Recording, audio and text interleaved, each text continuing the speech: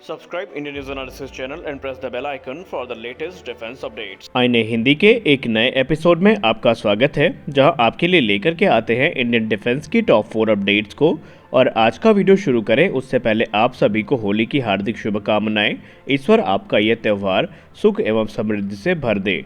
और आज के इस वीडियो की शुरुआत करेंगे हम बेसिकली लाइट कॉम्बैट एयरक्राफ्ट के लिए बनाए जा रहे या लाइट कॉम्बैट एयरक्राफ्ट में शामिल किए जाने वाले यूनाइटेड अरब अमीरात के एक नए वेपन अल तारिक के बारे में। हम जानेंगे कि ये वेपन कैसा होगा और ये तेजस को कितना ज़्यादा बेनिफिट पहुंचाएगा। दरअसल यूएई बेस्ड एक मैन्युफैक्चरर है जिनका नाम है एस डिफेंस ग्रुप। वो इस समय कन्वेंशनल एयर एमिनेशन के लिए प्रिसीजन गाइडेड सिस्टम्स का निर्माण कर रहे हैं और इसके लिए बाकायदा उन्होंने भारत डायनेमिक्स लिमिटेड के साथ एक मेमोरेंडम ऑफ अंडरस्टैंडिंग पे साइन किया है, जहां पर वो मार्क 81, MK82, MK83 मिनेशन के लिए Al Tariq LR single border kit को बनाएंगे और इसका इस्तेमाल लाइट कॉम्बैट एयरक्राफ्ट तेजस में किया जाएगा। इसके अलावा तेजस के लिए 500 पाउंड का एक पेनिट्रेशन वॉरहेड भी बनाया जाएगा। अगर हम अल तारिक LR की बात करें तो यह विंग किट के साथ में आएगा और इसकी जो स्टैंड ऑफ रेंज होगी वो तकरीबन 120 किलोमीटर की होगी। दिन हो या रात हो या किसी प्रकार का मौसम हो, ये ऑपरेट किया जा सकेगा या इसका इस्तेमाल एनिमी के अगेंस्ट किया जा सकेगा और मिशन चेंज होने के हिसाब से इसको रिकॉन्फ़िगरेशन भी किया जा सकता है। Al Tariq LR basically imaging infrared के साथ में आएगा और ये ऑटोमेटिक टारगेट रिकॉग्निशन कैपेबिलिटी के साथ भी आने वाला है। गौर करने वाली बात एक ये है कि अल तारिक को लॉन्च करने से पहले लॉक भी किया जा सकता है और लॉन्च करने के बाद भी टारगेट पे लॉक किया जा सकता है। और इसके अलावा और भी कई एडवांस फीचर है जिनसे ये जो म्यूनिशन है वो इक्विप होने वाला है। और यहाँ पर ये उम्मीद है कि शायद भारत का ये कदम इसलिए है कि जो मिडिल ईस्ट नेशन है या फिर अफ्रीकन नेशंस हैं उनको उन जगहों पर इस एयरक्राफ्ट यानी लाइट कॉम्बैट एयरक्राफ्ट तेजस को प्रमोट किया जा सके। और यही कारण है कि भारत यूएई का ये जो वेपन है ये तेजस के स्ट्राइक पैकेज में शामिल कर रहा है। हमारी अगली बड़ी अपडेट राफेल F4 स्टैंडर्ड को लेकर के आ रही है। जैसा कि आपको पता ही है कि फ्रांस के द्वारा F4 स्टैंडर्ड के जो टेस्ट हैं वो 2021 अप्रैल से ही शुरू कर दिए गए थे और लगातार जो सिस्टम्स हैं उनकी टेस्टिंग के बाद फाइनली फ्रांस की वायुसेना में जो पहला राफेल F4.1 है वो शामिल हो चुका है और इसे इस समय फ्रांस दुनिया का सबसे एडवांस 4.5++ जनरेशन का एयरक्राफ्ट कहता है।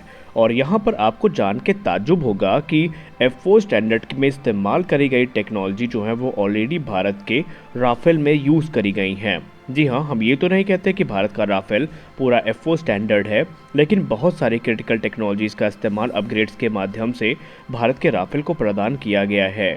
और डिफेंस एक्सपर्ट्स ये मानते हैं कि फ्रांस के राफेल F4.1 और भारत के राफेल F3R में काफ़ी ज़्यादा सिमिलैरिटीज़ है। और रिपोर्ट्स तो ये भी क्लेम करती हैं कि अगर भारतीय नौसेना राफेल F4 को ऑर्डर करती है, जो कि संभावित है कि किया जा चुका है, तो वहाँ पर F4 स्टैंडर्ड के जो अपग्रेड है वो उनको मिलने वाले हैं। जी हाँ, फ्रांस ने पहले भी यही कहा था कि भारत को जो राफेल मिलेंगे वो F4 स्टैंडर्ड के होंगे, यानी जो राफेल M वेरिएंट भारतीय नौसेना खरीदेगी वो F4 स्टैंडर्ड के अपग्रेड्स के साथ में आएंगे। तो उम्मीद यही है कि भारत इस समय जो राफेल F4 स्टैंडर्ड है उन पर अपनी नज़रें बनाए हुआ है।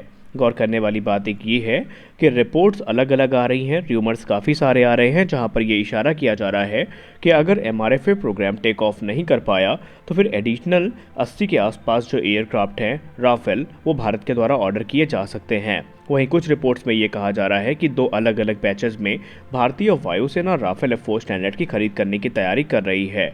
वहीं दूसरे एयरक्राफ्ट के भारतीय वायुसेना को ज्वाइन करने की जो संभावनाएं हैं वो अब लगभग ना के बराबर हैं। तो देखते हैं आने वाला भविष्य हमें क्या दिखाता है। लेकिन अगर हम बात करें अभी तक के रिपोर्ट्स और रुझानों की तो राफेल F4 स्टैंडर्ड के चांसेस सबसे ज़्यादा हैं। हमारी अगली बड़ी अपडेट HLFT 42 को लेकर के आ रही है। जैसा कि हम सब जानते हैं कि हिंदुस्तान लीडिंग फाइटर ट्रेनर को एरो इंडिया 2023 एयर शो में अनवील किया गया और बहुत सारे जो उस समय र्यूमर्स थे उनको विराम मिला।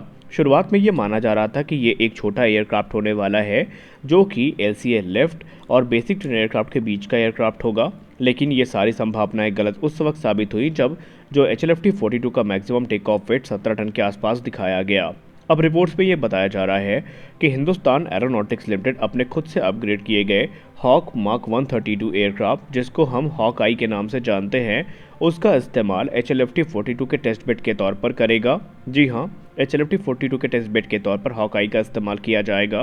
पहले हॉकआई से जो स्वदेश निर्मित fly by wire control system है उसको टेस्ट किया जाएगा। उसके बाद जो स्वदेश निर्मित मिशन कंप्यूटर्स हैं उनको टेस्ट किया जाएगा।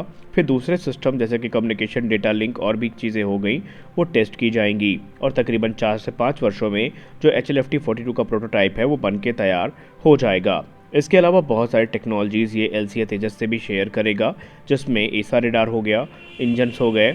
और इंजन की बात अगर हम कर ही रहे हैं तो आपको हम बताना चाहेंगे कि HLFT-42 में जो सबसे प्रबल चांसेस हैं अब वो हैं जनरल इलेक्ट्रिक F414 के, यानी वो इंजन जो तेजस मार्क 2 में इस्तेमाल किया जाना है वो HLFT-42 में किया जाएगा और ये तेजस प्लेटफॉर्म के साथ काफ़ी सारी कॉमनैलिटीज़ को भी शेयर करेगा। आपको हम बताना चाहेंगे कि LCA लिफ्ट किसी एक या दो वेरिएंट में नहीं आ रहा है, बल्कि इसके 4 कॉन्फ़िगरेशन तैयार किए जा रहे हैं। जो पहला कॉन्फ़िगरेशन होगा वो लीड इन फाइटर ट्रेनर होगा जो पायलट ट्रेनिंग के काम में आएगा।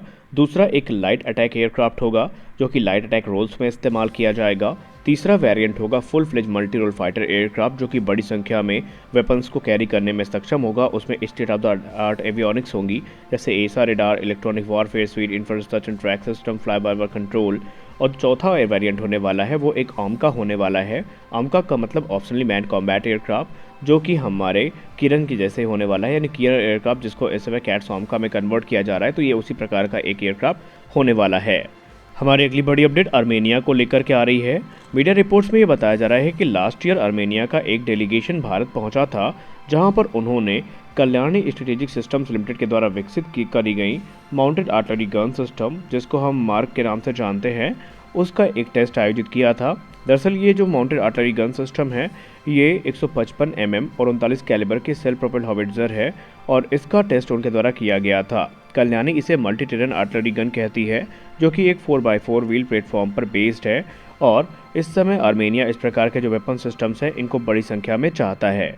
रिपोर्ट्स में बताया गया कि कल्याणी सिस्टम के द्वारा इसे सिर्फ 8 महीने के अंतर्गत ही तैयार किया गया था और बाकायदा इसका टेस्ट कल्याणी ग्रुप ने इंडियन आर्मी से भी करवाया पोखरन में और बालासोर में, और टेस्ट के जो परिणाम रहे वो पूर्णतः सकारात्मक रहे और आर्मेनिया ने भी काफ़ी लंबे समय तक इसको टेस्ट किया है और वो इस वेपन सिस्टम से काफ़ी ज़्यादा इम्प्रेस भी हैं।